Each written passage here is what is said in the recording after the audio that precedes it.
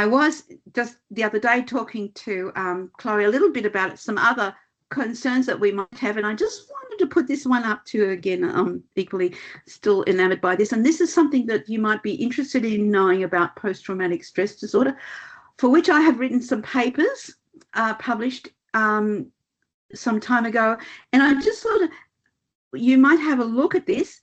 I'm not suggesting that you or your clients have post-traumatic stress disorder, but some of you might, and some of you might look at this and go, aha, here's an aha moment for me.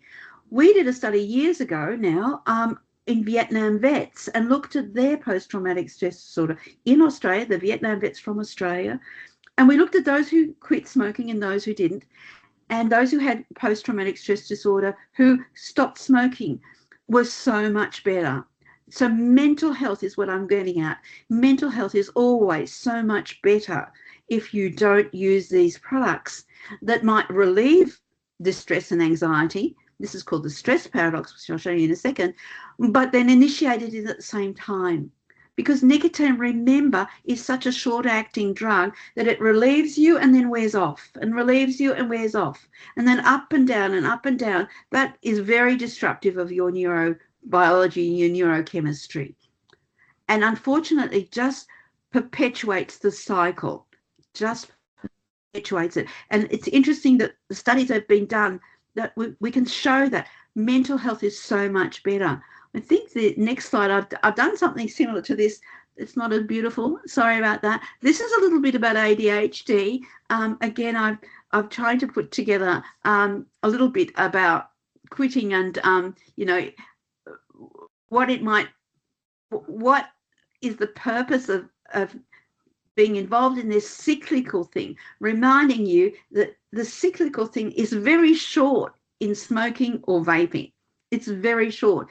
It's not like other drugs that last a lot longer. All drugs of addiction, in the hierarchy of drugs, nicotine's up there for being the shortest acting. It wears off so quick. Other drugs, think of whatever other substances of abuse that you know about, last a lot longer circulate a lot longer. This is such a short acting one.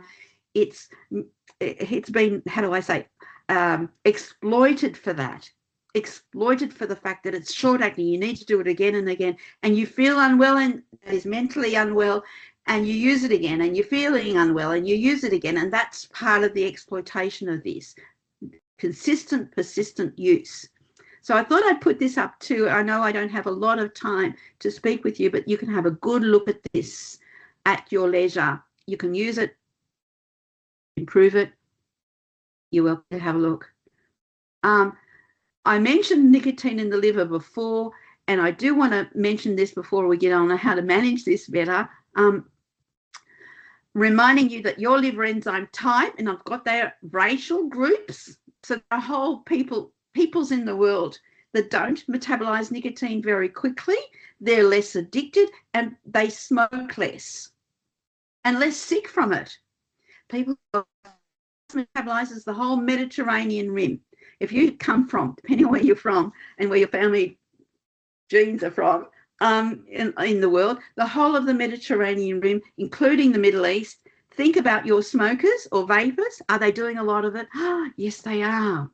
They do a lot and they get sick from it. The best studied group would be the Turks, who have been well studied looking at nicotine metabolism in the Turkish population and their high risk of lung cancer, because it's a numbers game. They're doing it a lot, highly addicted, nicotine nitrosamines. Nicotine's doing this and causing a lot of cancers in this group of people. The whole of the Mediterranean rim.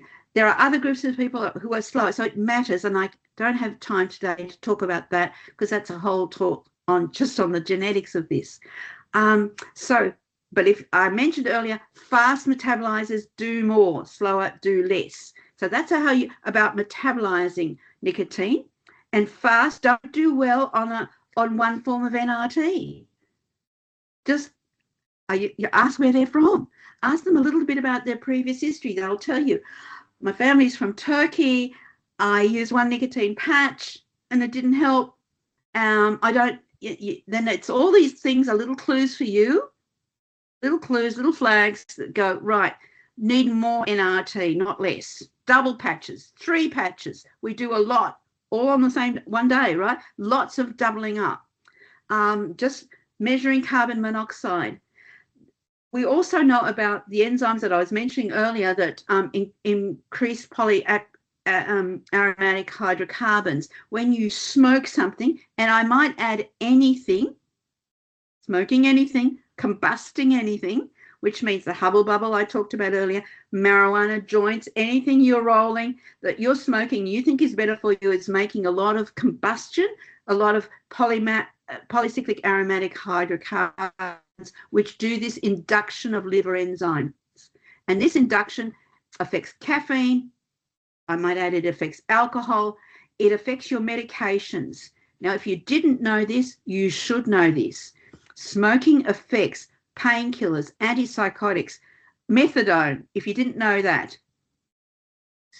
Smokers need more insulin, painkillers, antipsychotics. They need, for the same plasma levels as a non-smoker, they need double the dose because they metabolize it a lot fast. Just pointing that out. If you stop smoking and you go to vaping, or you stop smoking and not go to vaping, it's going to change the plasma levels of your medications. We always ask about medications if you didn't know this already.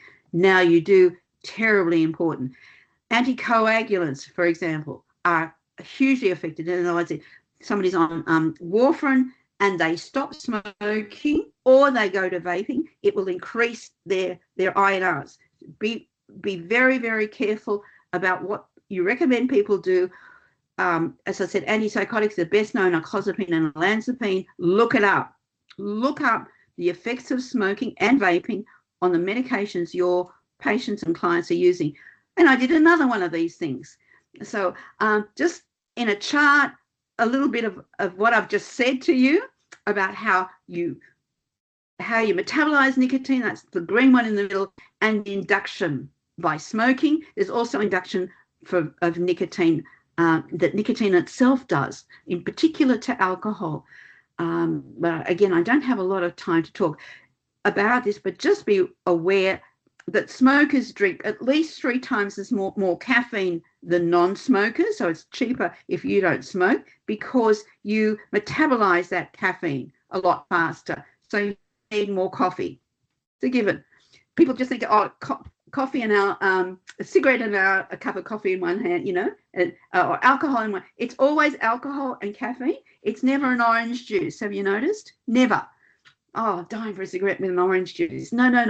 That's far too acidic. But these interactions are really profound, and they happen to all smokers internationally. That's universal.